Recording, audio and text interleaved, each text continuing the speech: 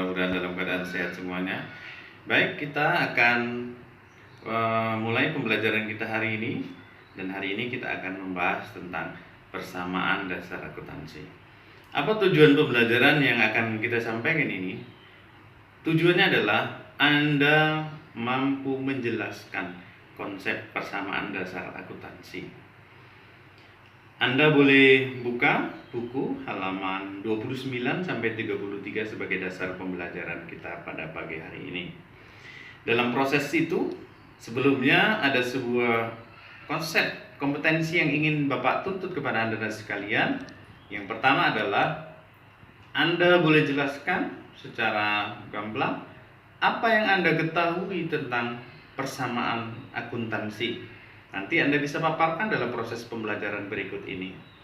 Anak-anak sekalian, dalam proses pembahasan persamaan akuntansi, kita harus mempunyai kerangka dasar.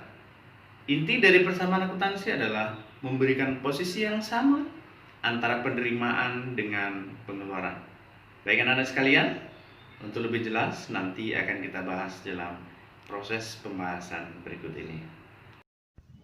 Baik anak-anak sekalian, bahwa persamaan akuntansi itu terdiri dari 3 unsur, aktiva, hutang, dan modal.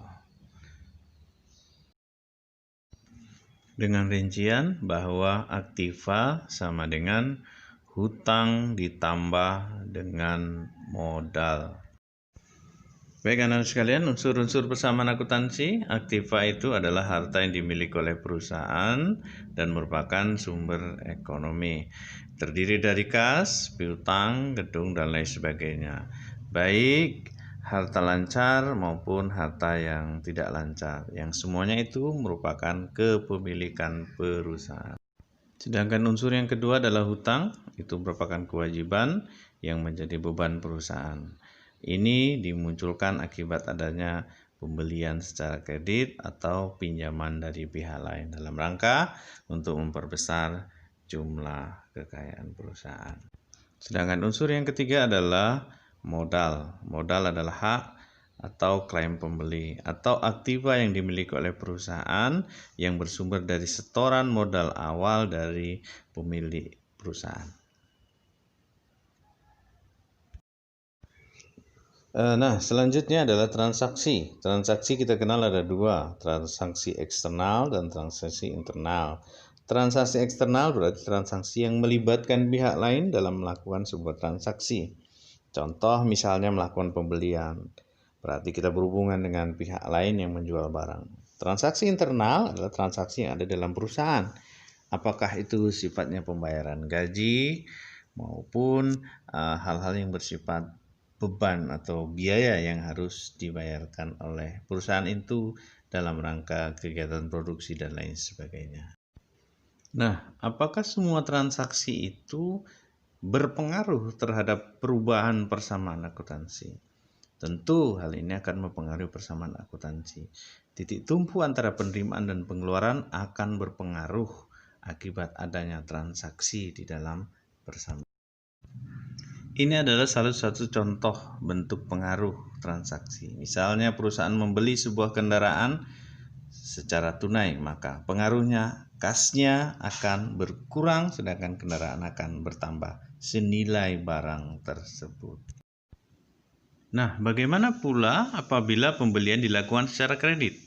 Maka pengaruhnya tidak kepada kas, tapi pengaruh kepada hutang. Jadi hutang akan bertambah sementara peralatan yang kita beli bertambah.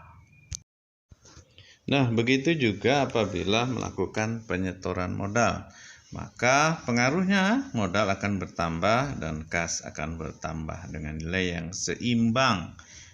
Artinya modal akan mempengaruhi kredit, sementara kas akan mempengaruhi debit. Nah, baik anak-anak sekalian, kita akan coba menerjemahkan beberapa contoh soal berikut ini ke dalam tabel persamaan akuntansi. Nah, ayo kita coba. Apakah data transaksi tadi kita masukkan ke dalam tabel berikut ini sama dengan angka-angka yang Bapak tampilkan? Kalau benar berarti kita sudah paham dengan materi berikut ini. Baik anak-anak sekalian, coba silakan Anda buat 10 contoh transaksi dan masukkan ke dalam tabel persamaan akuntansi. Bapak yakin dan percaya Anda bisa melakukan dengan baik dan benar. Kepada anak-anak sekalian yang telah mengikuti pembelajaran tentang konsep dasar persamaan akuntansi, saya yakin dan percaya Anda semua mampu menyimak proses pembahasan pada hari ini. Inti dari pembahasan yang kita bahas pada pagi hari ini bahwa kita memahami tentang minimal yang pertama, tahu tentang persamaan akuntansi. Yang kedua, kita memahami bentuk persamaan akuntansi seperti apa. Yang ketiga, Anda tahu fungsi dari persamaan dasar akuntansi sehingga dapat digunakan dalam kancah seperti apa. Yang keempat, Anda memahami tentang pengaruh dari persamaan akuntansi terhadap laporan keuangan. Baik anak-anak sekalian, untuk memperjelas pendalaman materi ini, Anda boleh kerjakan halaman 44-45 untuk nomor 1 sampai nomor 10 saja. Anak-anak sekalian, terima kasih. Minggu depan kita jumpa dalam proses yang lebih dalam tentang analisis transaksi persamaan akuntansi. Semoga Anda dalam keadaan sehat, kita semua dalam keadaan semangat, dalam keadaan yang mampu mengikuti pembelajaran dengan baik. Terima kasih.